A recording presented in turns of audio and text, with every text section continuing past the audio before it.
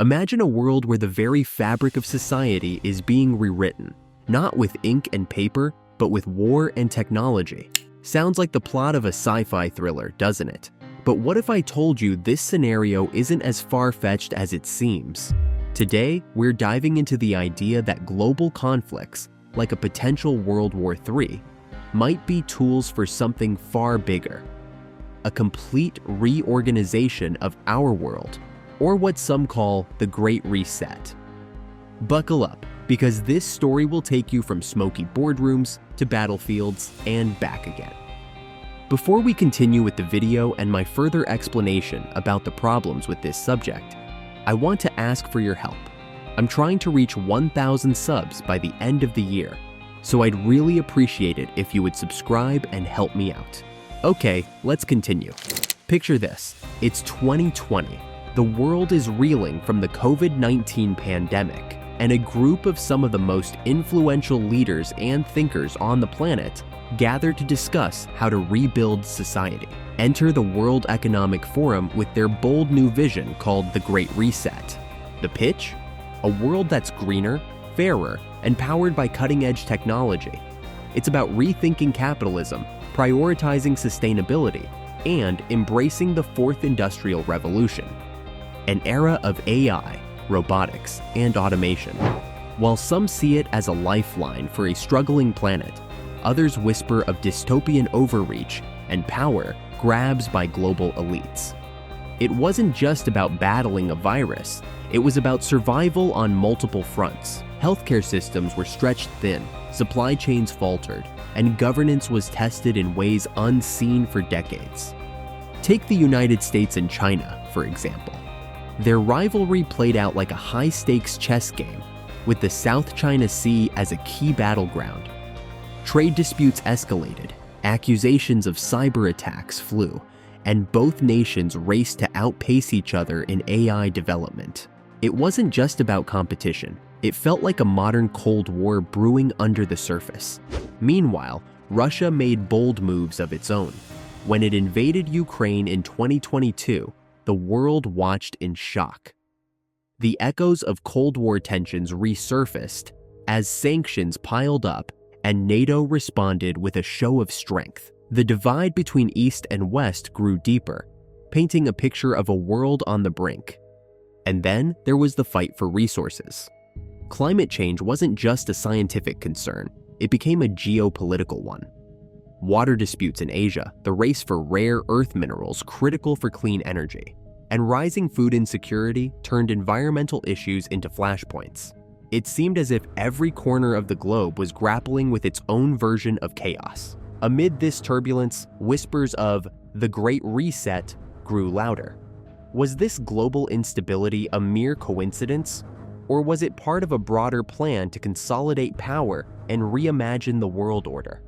Fast forward to the present. The world is anything but calm.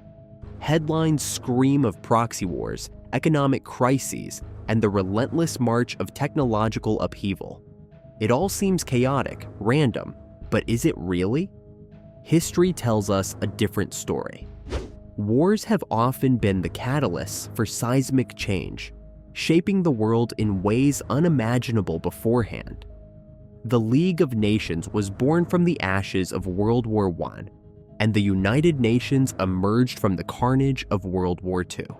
Picture this, a conflict breaks out, but not in the way history books have trained us to imagine. Instead of tanks rolling across borders, we see cyber attacks crippling entire nations, AI-driven drones patrolling skies, and bioweapons silently infiltrating populations. The chaos is overwhelming, forcing nations to do what they've resisted for decades: work together like never before, or face annihilation. Clean energy and biotech, already central to the Great Reset, accelerate at a breakneck pace. Suddenly, solutions that seem decades away are implemented within months. But it doesn't stop there.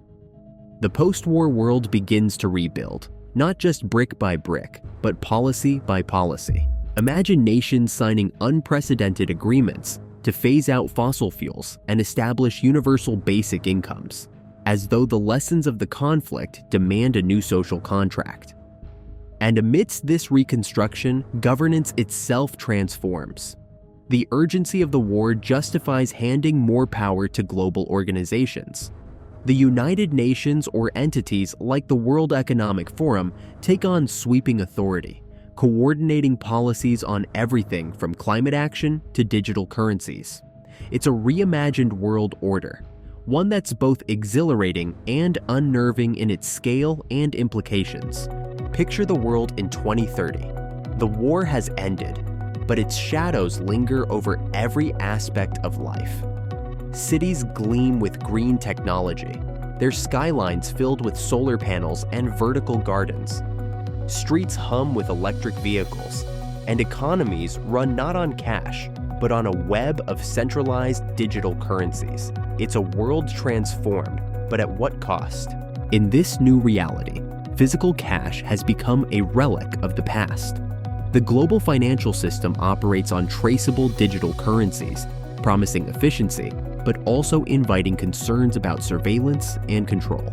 The green reconstruction effort has reshaped entire nations, with renewable energy, smart cities, and sustainable agriculture taking center stage. These advancements, however, were born out of necessity, spurred by the environmental devastation left in the war's wake. Meanwhile, the wartime measures of population tracking and AI surveillance have persisted, justified under the banner of global security.